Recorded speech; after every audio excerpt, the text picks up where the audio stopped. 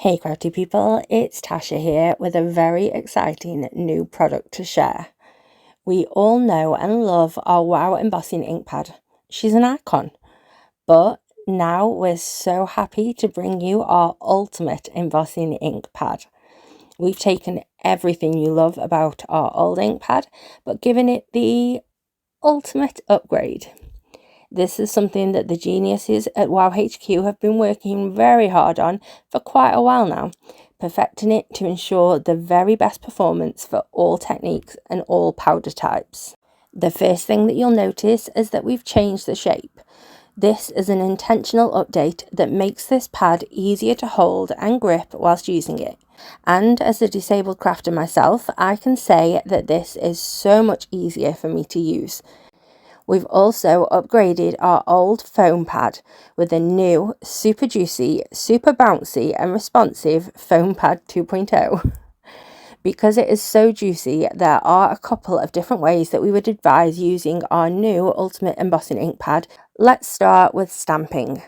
This ink will give you flawless coverage for solid areas and fine details alike, and a little truly goes a long way with this ink. So the first change is that you only need to gently kiss the stamp to the pad to get enough ink to transfer. If you press your stamp into the foam, you're going to get way too much ink.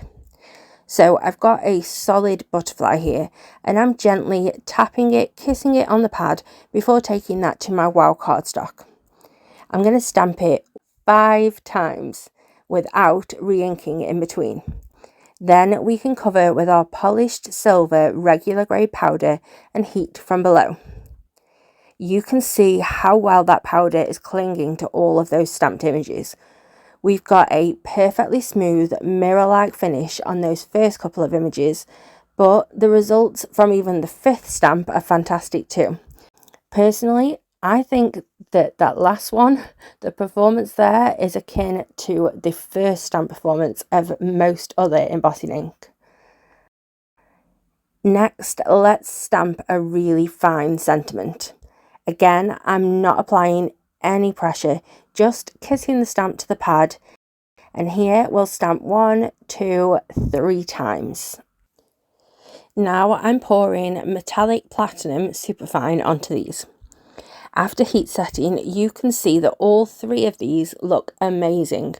Now I actually think that the 3rd one might be the best here.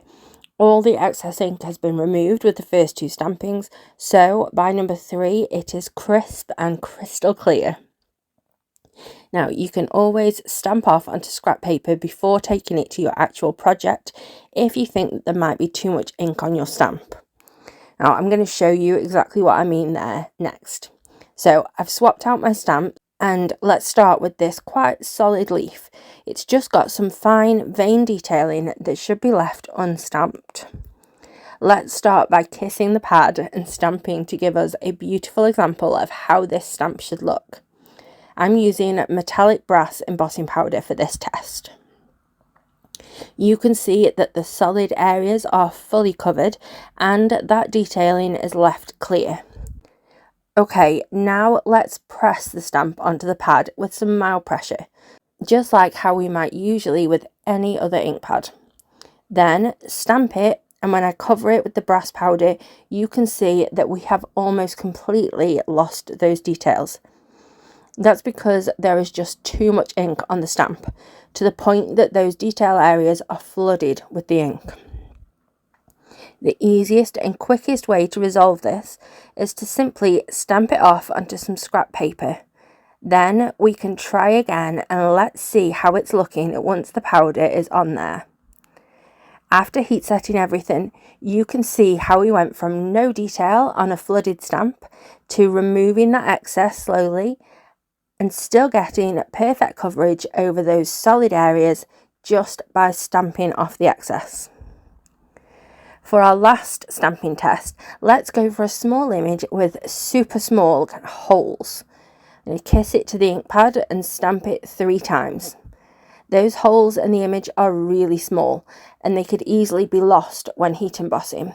but we're going to use our Ultimate Ink with some superfine embossing powder in metallic platinum again for an absolutely perfect crisp image on all 3 stampings. Okay, let's move on to a different technique now. We're going to create some solid embossed cardstock. With our old Wow Ink Pad version, we recommended going directly to the substrate and wiping or dragging it. But as we've already covered, this ink pad is super juicy and the softer, bouncier foam releases that ink much easier. So we're not going to recommend that technique with this new Ultimate Ink Pad. And we do have an easy alternative though, and that is using a brayer to apply that ink for a super smooth, perfect coverage.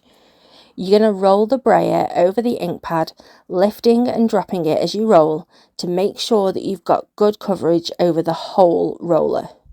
Then just repeat that action onto whatever you're embossing.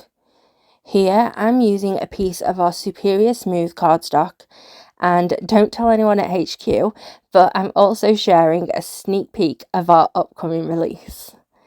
You can see how beautifully even the coverage is just from using that brayer.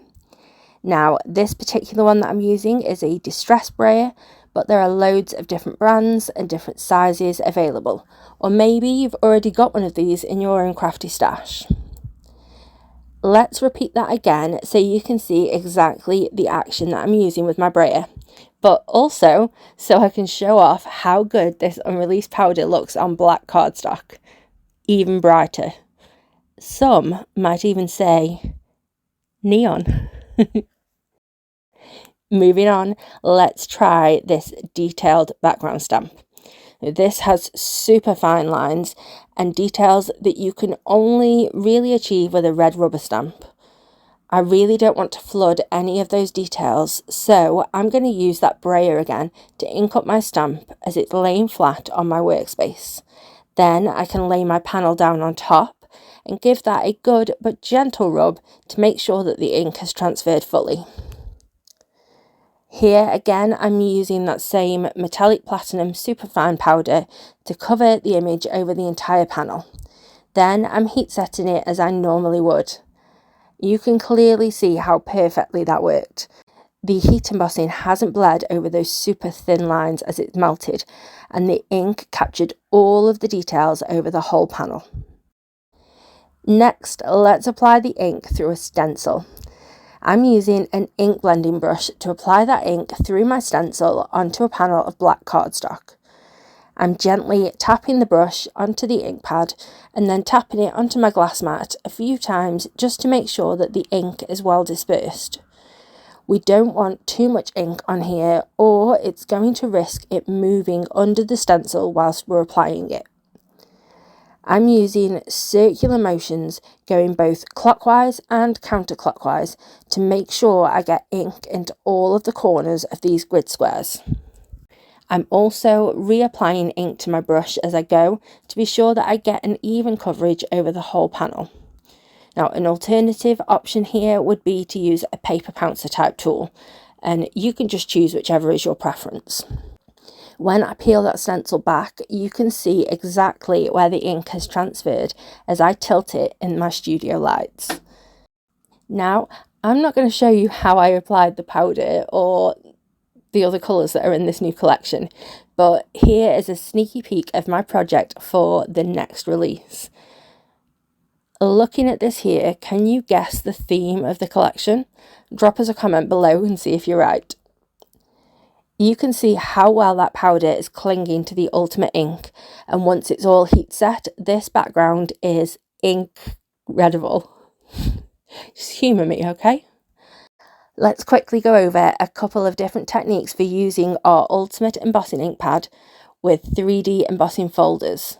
Again, these are some sneaky peeks of upcoming video tutorials, so I won't be showing you the whole technique today, but just to give you some ideas. First, I'm adding ink directly to a 3D embossing folder using my brayer again to only catch that floral image and not the background. Now, because I'm adding it to the raised image on the embossing folder, this is going to press the ink into the indented image on our cardstock panel. This gives a fun debossed but embossed finish. Next, I've already embossed this panel and I'm applying Ultimate Embossing Ink to the dry emboss panel, again using my brayer. This is going to pick out all of the highlights of that embossed pattern, and I covered it in polished silver for a distressed metallic effect. For our last example, I'm going to be showing a couple of different techniques. So first of all, I've die cut this large sentiment from Wow cardstock, and I'm applying Ultimate Embossing Ink over the whole piece using my brayer. This is going to ensure that I get that nice even coverage. I've covered it in polished silver, and then once heat set, I let that cool down for a few seconds before going back in with my brayer to add another layer of ink over the whole piece. You can see where that ink has been applied because it's covered that high shine finish of the polished silver. But we'll be bringing that back with another layer of embossing, and I'm actually going to emboss this piece a total of 3 times for a beautiful metal-like effect. Now, this literally looks like it was die cut from a sheet of aluminium or something. It's dimensional, and you can see how well the Ultimate ink works to bond multiple layers of embossing together. Another fabulous feature of this ink that the boffins at Wow HQ created is its extended open time. Now, this is just a fancy way of saying that it stays wet or open to receiving embossing powder for a long time. There was a good 50 to 60 minutes between me testing the stamping and where we are now. I left the last stamps that I used on my stamping block just on my desk uncovered. I wanted to test how well they would stamp now without any re-inking. Don't forget, I stamped the leaf 5 times already before leaving it out, and I stamped this little one 3 times. But you can clearly see how well those images transferred even now. Now, I can't guarantee an exact time for this to work, as it does depend on your climate. All I can say is that here it was a dry day in spring in the UK. Yes, we do have dry days. The open time works after the ink has been transferred onto cardstock or whatever substrate you're using as well. So it's going to give you ample time to get your powders on and heat set without worrying about the ink drying up or not grabbing that powder well. Again though, results are going to vary depending on your local climate. So here are all the samples and tests that we've run today using our brand new Ultimate Embossing Ink Pad. We are so excited and happy to finally have this out in the world and into your hands. Another point to make is that we don't actually stock a re-inker yet, because these pads are so flipping juicy that you are not going to need to re-ink it for a long good while. So it's just something that you won't be needing anytime soon. Now, we do still have love for our original embossing ink pad, and we'll continue to offer our re-inking solutions for this ink pad, so don't worry about that. Now, we can't wait to hear what you think of the new Ultimate Embossing Ink Pad. If you have any questions, please drop them in the comments below, and don't forget to like the video and subscribe to our channel if you haven't already. Have a lovely, happy, safe and wonderful week. Stay crafty. Bye.